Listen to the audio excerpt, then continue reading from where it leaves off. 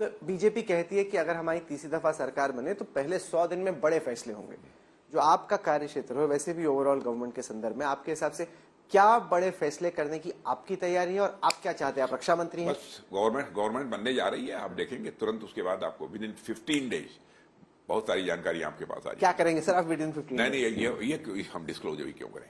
यह है कि सभी मिनिस्ट्रीज ने सब अपना प्लान चेकआउट कर लिया है कि अगले 100 दिन का गवर्नमेंट बनने के बाद अगले 100 दिन का हमारा क्या कार्यक्रम। तो रक्षा क्षेत्र का आपका विजन क्या है अगली सरकार? विजन हमारा बिल्कुल साफ है। रक्षा में बिल्कुल, रक्षा क्षेत्र में भारत को पूरी तरह से आत्मनिर्भर बनाना,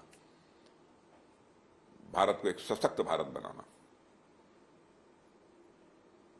ताकतवर भारत बनाना, लेकिन किसी के ऊपर आक्रमण करने के लिए नहीं, अपनी सुरक्षा के लिए। सर, आपने देखा होगा कि कांग्रेस के नेता जैसे चिदम्बरम हो या मनीष तिवारी हो, आप पे बड़ा अटैक कर रहे हैं चाइना के मुद्दे पे। वो कहते हैं कि राजनाथ जी बताते ही नहीं कि एग्जैक्टली पीएलए और इंडियन आर्मी की सिचुएशन क्या है, लाइन ऑफ एक्चुअल कंट्रोल। मैं तो कह रहा हूं ना, इस समय चाइना के साथ बातचीत चल रही है, कुछ मुद्दों पर बराबरी के स्तर पर बातचीत हो रही है,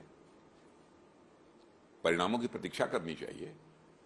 और मैं कह सकता हूं इस समय जो बातचीत चल रही है और कमांडर्स लेवल पर जो मुझे जानकारी प्राप्त हो रही है, जो हमारी ब्रीफिंग होती है, अच्छे माहौल में बातचीत हो रही है, तनावपूर्ण माहौल में बातचीत नहीं हो रही है, बातचीत हो रही है ठीक तरीके से, समाधान निकलने की संभावना भी है। पर डेप्सांग और डेमचौक में तो गतिरोध बना हुआ है, पीएलए आई हुई है, वो चेंज हो नहीं रही है। गतिरोध बना हुआ है तो कुछ उसके अन्य भी कारण है। अब मैं उसका खुलासा नहीं कर सकता हूं यहां, जब बातचीत का दौर चल रहा है तो। लेकिन मैं देशवासियों को आश्वस्त करना चाहता हूं कि देशवासी पूरी तरह से आश्वस्त रहे कि मोदी जी के नेतृत्व में यह देश पूरी तरह से सुरक्षित है। ये जो सीधा सवाल है कि जो और देश की आन बान शान पर कोई दुनिया की ताकत जो है चोट नहीं पहुंचा सकती है। पर ये जो सर सीधा सवाल है कि लाइन ऑफ एक्चुअल कंट्रोल पे जो यथास्थिति आज की तारीख में है कि आप रक्षा मंत्री के तौर पे और बीजेपी की सरकार पूरी जो सच्चाई है वो देश के सामने नहीं रखते, कि मतलब स्थिति जितनी खराब है आप उसको थोड़ा बेहतर करके पेश करें। बिल्कुल बिल्कुल खराब नहीं है। कौन कहता है खराब है? मैं पहले की सारी चर्चा करूंगा आपके सामने, क्या क्या हुआ है आप नहीं जानते हैं। आप बतलाइए अपने चैनल के माध्यम से एक बार देशवासियों को क्या हुआ है, मैं उसकी भी चर्चा नहीं करता हूं। इस बार तो कुछ नहीं हुआ। ठीक है, संघर्ष होता है तो कहीं पर पड़ोसी देश आगे जाता है, कहीं पर हम आगे हो जाते हैं, ऐसी स्थितियां पैदा होती रहती हैं, उसी के लिए बातचीत होती है। और उसी प्रकार की कुछ स्थितियां इस बार भी हैं। लेकिन जब बातचीत का दौर चल रहा है तो उस समय मैं कुछ नहीं कहना चाहता हूं।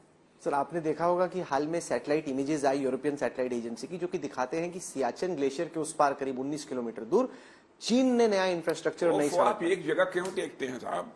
कहीं वो आगे हो सकते हैं, कहीं हम आगे हो सकते हैं। मैं इसलिए आपको बार बार कह, इतनी बात तो आप पक्की मानते हैं कि राजनाथ सिंह कम से कम गुमराह नहीं करेंगे, झूठ नहीं बोलेंगे। इतने लंबे समय से मैं राजनीति में काम कर रहा हूं, इतना आपको यकीन है कि नहीं है? बेशक। तो मैं देशवासियों को गुमराह नहीं कर सकता हूं। लेन देन होगा बातचीत में। ऐसा नहीं है कि हमारी जमीन कब्जे में चली गई है चीन के और उसके बाद हम लोग बिल्कुल दुम दबाए बैठे हुए हैं। भारत आज दुम दबाकर बैठने की स्थिति में नहीं है। क्या कर रहे हैं लोग? इसके पहले भी चीन के साथ लड़ाई हुई है, क्या हुआ है सारा देश जानता है। मैं कभी अपने मुंह से चर्चा नहीं करता उसकी। हो क्या गया इन लोगों को?